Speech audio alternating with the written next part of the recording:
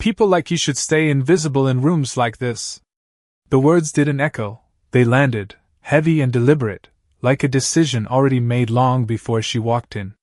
The boardroom fell into that strange, brittle silence that only exists in places where power is assumed, not questioned.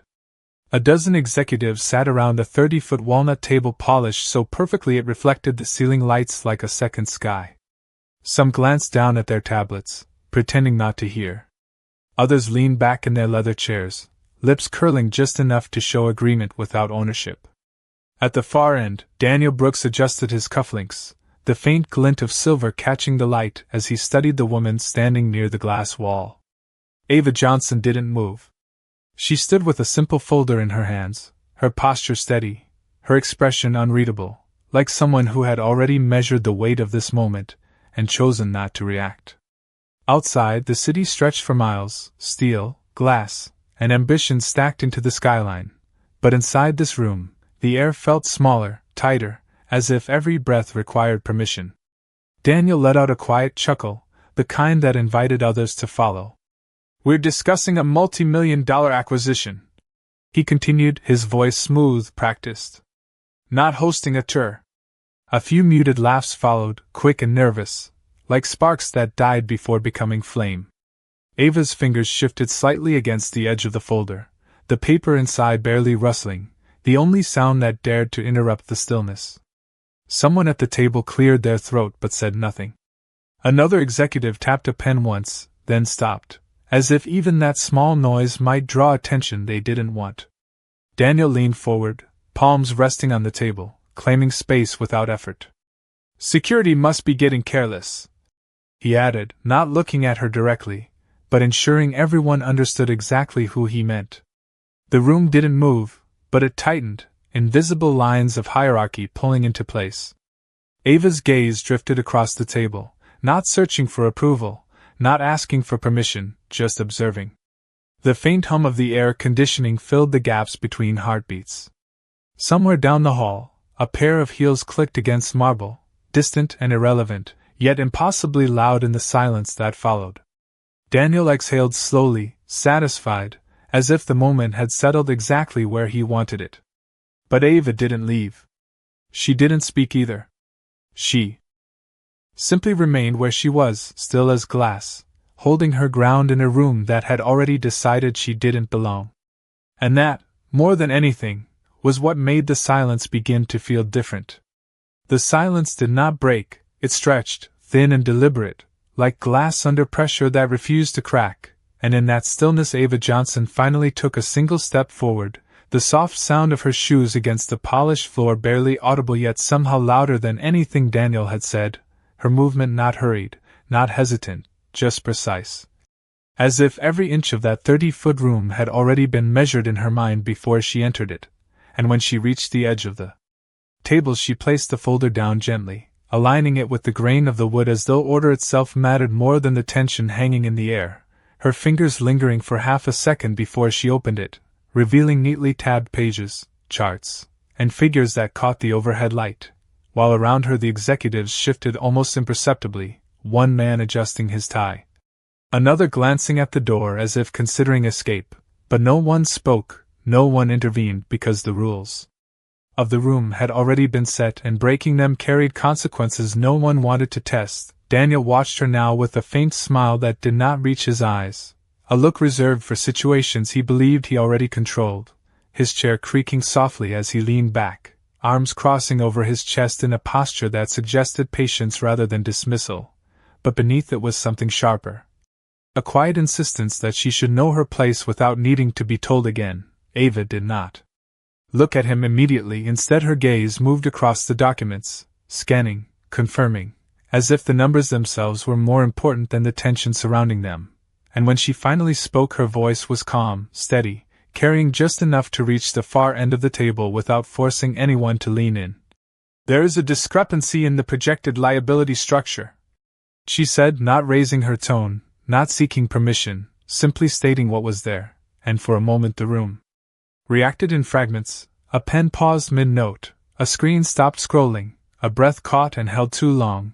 Daniel's smile flickered, just slightly, the smallest fracture in an otherwise controlled expression, he tilted his head, studying her now not as an interruption but as an inconvenience.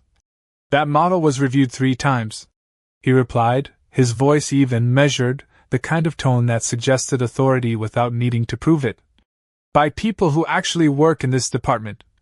A few nods followed, subtle, almost automatic, like a reflex conditioned by hierarchy. But Ava did not step back. She turned one page, then another, her finger resting briefly on a line of figures before she slid the document a few inches forward across the table, not toward Daniel, but into the center, into the shared space where facts could not belong to any one person. If this clause holds, she continued, the company absorbs 100% of the downstream risk. Her words landed without emphasis, without accusation, just clarity, and that was what unsettled the room, because clarity did not ask for approval, it simply existed. Daniel leaned forward again. Slower this time, his fingers tapping once against the table, a controlled, deliberate sound. And you caught this? He said, the question shaped like a statement, his gaze narrowing slightly, not in anger, but in calculation. Ava met his eyes then, not challenging, not submissive, just present. Yes, she answered, and the word hung there, simple, unadorned, yet heavier than anything that had been said before, and in that moment the room did not laugh, did not dismiss, it listened, even if no one was ready to admit it yet. Daniel did not respond immediately, and that, more than anything, shifted the weight of the room, because he was a man who always had an answer ready, always controlled the tempo, but now there was a fraction of a second too long between Ava's final word and his reaction, and in that fraction the room began to lean, subtly, almost imperceptibly, toward her. One executive on the left side of the table reached forward and pulled the document closer, his eyes narrowing as he scanned the line Ava had indicated. Another turned his screen slightly, fingers moving faster now, cross-checking numbers that had seemed settled just minutes ago. The faint tapping of keys replaced the earlier silence, not loud, but persistent, like something waking up beneath the surface. Daniel straightened in his chair, reclaiming posture, reclaiming space, his jaw tightening just enough to signal that the moment had shifted in a direction he did not approve of.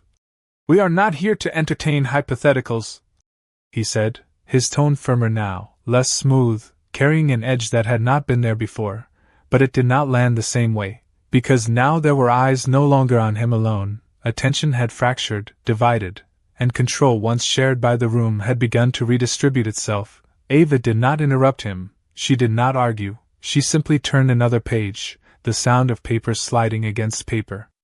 Precise and deliberate, then she stepped slightly to the side, allowing the others a clearer view, as if inviting the truth forward without claiming it as her own. It is not hypothetical, she said quietly, and this time her voice did not need to carry because the room had already leaned in. It is written here. Her finger resting just above the clause, not touching it, not forcing attention, just marking its presence. The executive nearest her inhaled sharply, a subtle reaction, but enough. He leaned back slightly, then forward again, reading the line twice, his brow tightening. This shifts full liability, he murmured, not to her, not to Daniel, but to himself, yet the words traveled, spreading across the table like a ripple. Daniel's gaze snapped toward him, then back to Ava, something colder settling behind his eyes now, not confusion, not yet acceptance, but resistance, the kind that forms when certainty is challenged in front of an audience. That clause has been cleared by legal, Daniel said, slower this time, each word placed carefully, as if precision alone could restore authority. But even as he spoke, another executive on the far end adjusted his glasses and leaned toward his own copy, flipping pages, scanning, verifying. The rhythm of the room had changed, no longer waiting, no longer passive, it was thinking, and that was the one variable Daniel had not accounted for. Ava remained still, hands now resting lightly at her sides, no longer touching the folder. Her role in the moment complete, she did not push further, did not repeat herself, she simply allowed the silence to return. But this silence was different, it was not empty, it was filled with realization forming in real time, the kind that does not announce itself but becomes impossible to ignore. Daniel tapped the table once, sharper this time, a sound meant to cut through the shift. "Enough," he said, his voice rising just slightly, not enough to lose control, but enough to remind the room who he was supposed to be. "We are moving forward with the agenda." But the words did not land as command anymore, they landed as insistence, and insistence required effort, and effort revealed something that had not been visible before: doubt, just a trace of it, flickering beneath the surface. Ava watched him then, not with defiance, not with victory. Just with quiet awareness, as if she had seen this moment long before it arrived, and was simply waiting for the room to catch up. The word hung in the air. Enough. But it did not close the moment, it exposed it, because instead of movement, instead of the room snapping back into alignment, there was hesitation, subtle but unmistakable, the kind that spreads quietly when certainty begins to fracture. One executive shifted in his chair, glancing again at the document in front of him, then toward Ava, then back to Daniel, as if recalibrating where authority truly sat. Another leaned forward, elbows on the table now, no longer pretending disinterest, his eyes scanning the numbers again with a sharper focus. Daniel noticed it, of course he did, and that was what tightened his expression further, not anger, not yet, but something controlled and deliberate, a decision forming behind his eyes. He stood slowly, the movements smooth, calculated, his chair sliding back with a soft scrape against the floor. A sound that cut through the low hum of shifting attention. "We are not derailing this meeting over a misinterpretation," he said, his voice steady, but now carrying weight, an attempt to anchor the room back to him. He walked along the edge of the table, not toward Ava directly, but close enough that the distance between them became part of the tension itself.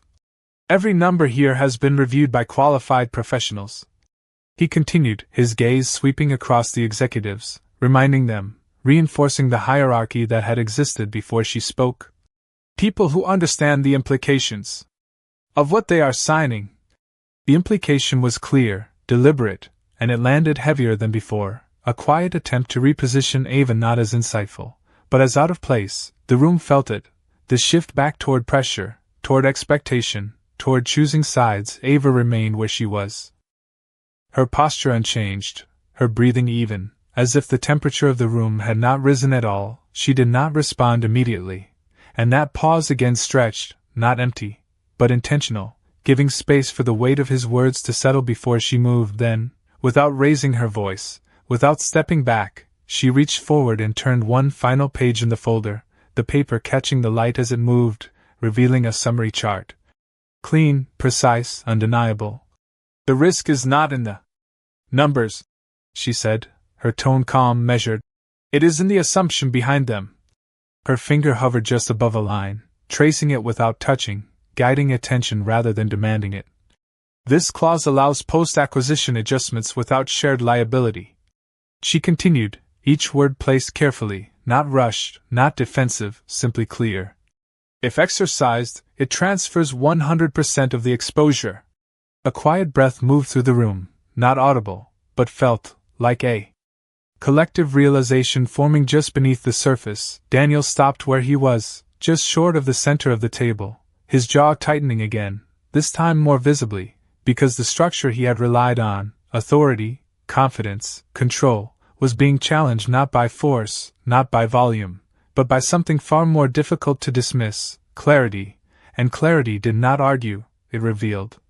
One of the senior analysts finally spoke, his voice hesitant but present. "She is right," he said, almost under his breath, but in the silence it carried, and that was the moment the room shifted again, not dramatically, not all at once, but enough to break the illusion that Daniel's position was unquestioned, enough to make the air feel different, heavier, more honest. Daniel turned his head toward the analyst, then back to Ava, his expression no longer composed in the same way, something sharper, more guarded, settling in. "That is not your call to make," he said, but this time it did not sound like authority, it sounded like resistance, and resistance always came after control had already begun to slip. Ava met his gaze once more, steady, unshaken, and in that stillness, the room understood something it had not been ready to admit before: this moment was no longer his to manage. The words did not disappear after they were spoken, they settled, heavy and undeniable, She is right. And for a brief moment, no one moved, no one reached for a pen or a screen, as if the room itself had paused to decide what came next. Daniel's gaze hardened, not outwardly aggressive but controlled in a way that felt tighter than before, like a grip that had to be maintained rather than one that came naturally. He exhaled slowly through his nose, then straightened his jacket with a small, precise motion, reclaiming composure piece by piece. "We are not revising strategy based on an interruption," he said, his voice lower now, more deliberate, each word placed with intention, but the tone had shifted. It no longer carried the same effortless authority, it carried effort, and effort was visible. He turned slightly toward the far end of the table, addressing the group rather than Ava. "We have deadlines, commitments, expectations," he continued, his eyes moving from one executive to another, searching for alignment, for reinforcement, for someone to anchor the room back into the structure he understood. Few nodded, but not as quickly, not as confidently. One executive hesitated before responding, another avoided eye contact altogether. The cohesion was no longer automatic. Ava remained still, her presence quiet but unmovable, like a fixed point in a room that had begun to shift around her. She did not interrupt him, did not challenge his words directly. She simply reached forward once more and adjusted the position of the document at the center of the table, aligning it again, as if clarity required order to be seen properly. The gesture was small, almost insignificant, yet it drew attention back to the numbers, back to the line no one could now unsee. The analyst who had spoken earlier leaned forward again, this time more confidently, his finger tracing the same clause. "If this executes as written," he said, his voice steadier now, "we assume full exposure on any post-close liabilities." Another executive leaned in beside him, scanning quickly, then slower, then stopping. Altogether, the room was no longer listening to Daniel alone, it was reading, verifying, thinking, and that shift was irreversible. Daniel's jaw tightened again, a subtle movement but enough to reveal that control was no longer absolute. He stepped closer to the table, placing both hands on its surface, the polished wood reflecting his fingers, his posture firm, grounding himself in the physical space as if it could restore what had begun to slip. "You are out of line," he said, this time looking directly at Ava, the words sharper, more direct, not loud, but unmistakably personal now. The room felt it immediately, the shift from professional disagreement to something else, something edged with assumption, with dismissal, with the weight of who was expected to belong and who was not. Ava met his gaze without flinching, her expression unchanged, not defensive, not reactive, just steady. And that steadiness did something the room could not ignore. It exposed the contrast, one voice pressing, insisting, holding on, the other simply existing, grounded, certain. She did not raise her voice, did not step back, she only spoke, calm and clear. "Then review the clause." And the simplicity of it cut through everything else, because it did not argue, it did not accuse, it did not escalate, it offered a path forward that required only one thing, truth, and truth did not belong to hierarchy, it belonged to whoever was willing to look at it. The room felt quiet again, but this silence was no longer uncertain, it was focused, and for the first time since she had walked in, the question was no longer whether she should be there, but whether they had been wrong to ignore her. No one moved to escort her out, and that absence of action said more than any command could have, because in rooms like this silence was never neutral, it was a decision, and now the decision was no longer automatic. The air felt cooler, sharper, as if something invisible had shifted just enough to be noticed but not yet named. Daniel's hands remained pressed against the table, fingers spread slightly, the reflection beneath them steady while everything else seemed to waver. He did not speak. Right away, and for the first time since the meeting began, that pause did not feel like control, it felt like calculation, the kind that comes when outcomes are no longer guaranteed. Across the table, one of the executives slowly turned his laptop toward himself and began typing, not for notes this time, but to verify, to check, to confirm what had already been suggested. Another leaned back in his chair, eyes fixed on the ceiling for a brief second before returning to the document, as if rethinking not just the numbers but the assumptions behind them. Ava remained exactly where she stood, her posture unchanged, her breathing even, the soft rise and fall of her shoulders barely visible. She did not push forward, did not fill the silence, she allowed it to expand, to do what pressure alone could not, to reveal what people were unwilling to say out loud. The hum of the air conditioning became more noticeable now, a steady low sound that filled the gaps between thoughts. Someone shifted in their seat, the leather creaking softly. Then stillness again. Daniel finally lifted his hands from the table and straightened, adjusting his jacket once more. But the gesture lacked the earlier precision. It was slower, more deliberate, as if he was reassembling something that had come apart. "We will take a moment to review," he said, his voice controlled, but quieter, not projecting, not commanding, simply stating. And that alone marked the change, because moments earlier there had been no need to review anything. Everything had been decided, predetermined. Now it was open. Again, uncertain, the executives did not respond verbally, but they moved, each one leaning into their own version of the truth in front of them. Screens lit up, pages turned, eyes narrowed in concentration. The room was no longer centered around one voice. It had become something else, a collective search. Ava's gaze drifted briefly toward the window, the city beyond still unchanged, traffic moving. Sunlight reflecting off glass towers miles away, life continuing without pause, and then she looked back to the table, present again, grounded in the moment that mattered. A senior partner cleared his throat quietly, not to speak, but as if preparing to, then stopped, choosing instead to read one more line, one more time. Daniel watched this unfold, his expression tightening in small, controlled increments, the kind that only someone paying close attention would notice. His confidence had not disappeared, but it had shifted. No longer absolute, no longer unquestioned, it now had to exist alongside doubt, and doubt had a way of growing in silence. Ava did not look at him again, not yet. She did not need to, because the room had already begun to answer the question she had posed without raising her voice, and in that stillness, in that quiet unfolding of realization, something else settled in, something heavier than tension, something closer to truth, and truth, once seen, could not be unseen.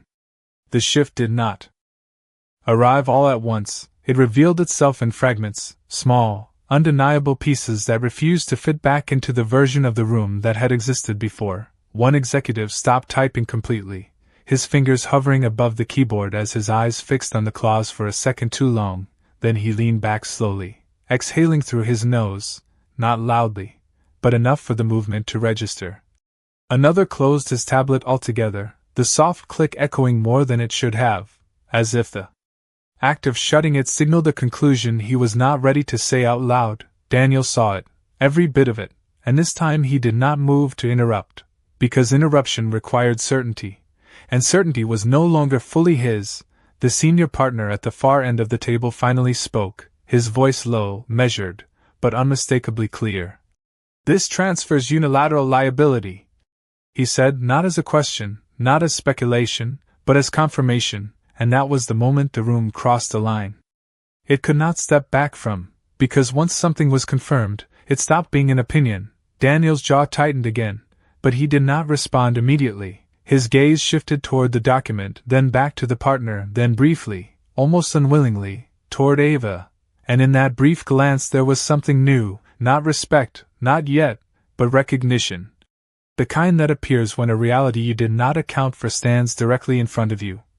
"We need legal in here," another executive added quietly, and this time no one objected, no one deferred to Daniel. The request existed on its own merit, and that alone marked the collapse of the structure that had held the room together at the beginning. A soft knock broke the silence, precise, controlled, and before anyone could respond the door opened, not abruptly, but with intention, and the room instinctively turned. A man in a tailored navy suit stepped in, followed by two members of the legal team, their presence calm, composed, as if they had been expected, as if this moment had been waiting just outside the door all along. Daniel straightened slightly, reclaiming posture, preparing to reassert control now that familiar authority had entered the room.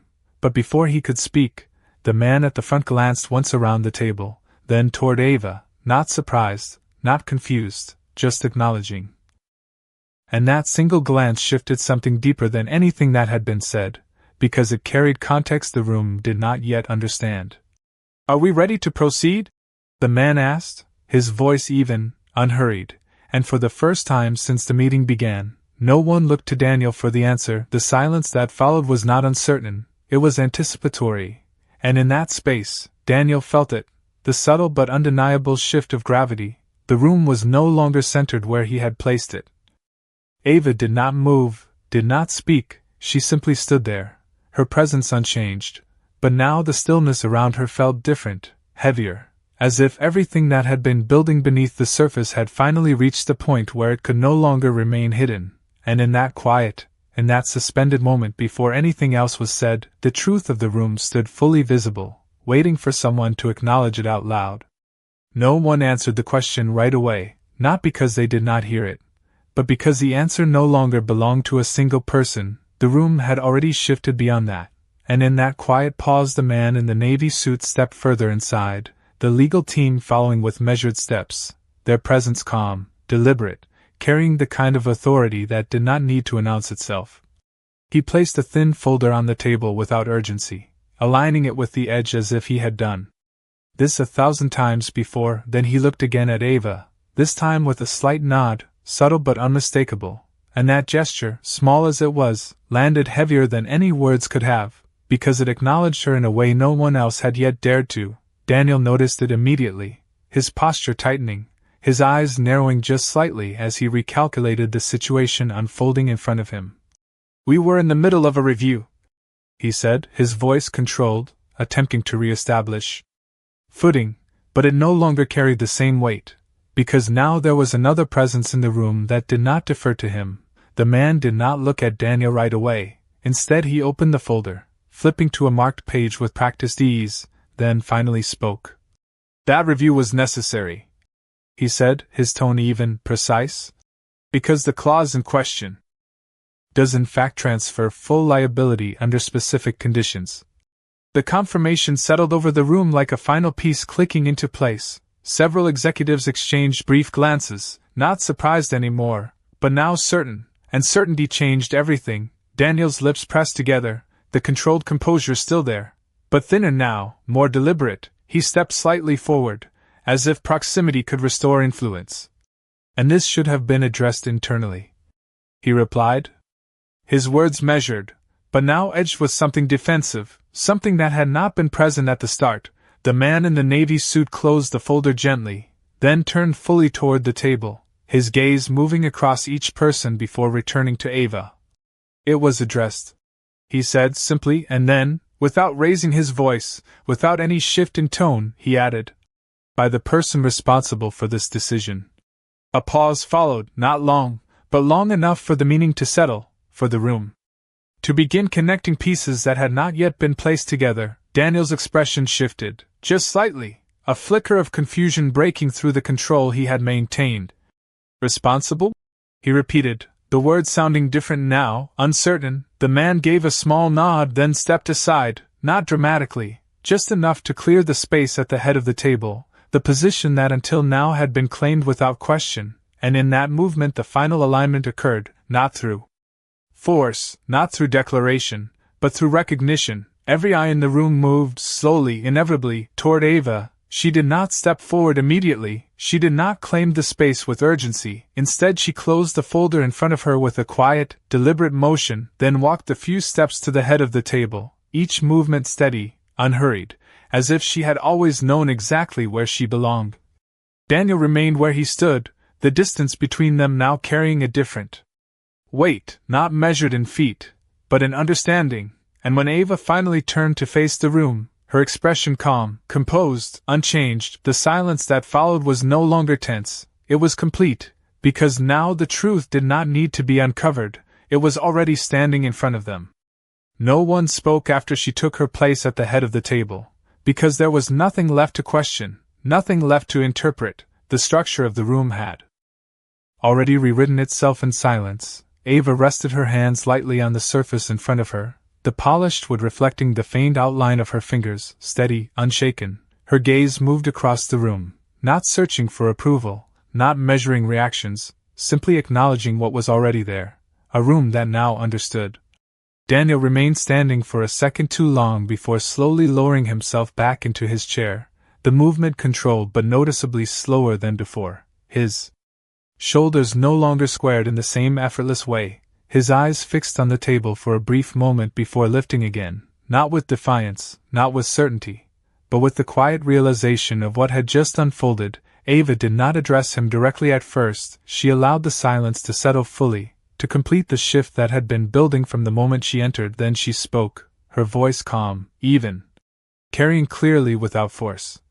"We will correct the clause before proceeding," she said, not as a suggestion, not as a correction, but as a direction grounded in clarity. No one objected, no one questioned. The room responded not with words but with action. Screens adjusted, notes updated, posture shifted from resistance to alignment. The work resumed, but differently now, guided not by assumption, but by awareness. Ava's gaze paused briefly on Daniel, not lingering, not pressing.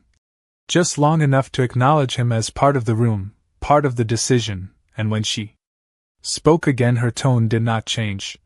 "Accuracy protects everyone," she said, simple, direct, without accusation, and in that simplicity there was something else, something that did not need to be explained. Daniel nodded once, almost imperceptibly, the motion small but real, a recognition not of authority alone, but of truth, the kind that does not argue, does not compete, simply stands. The legal team moved quietly along the side of the room, confirming details, adjusting language. Their presence now integrated rather than interruptive.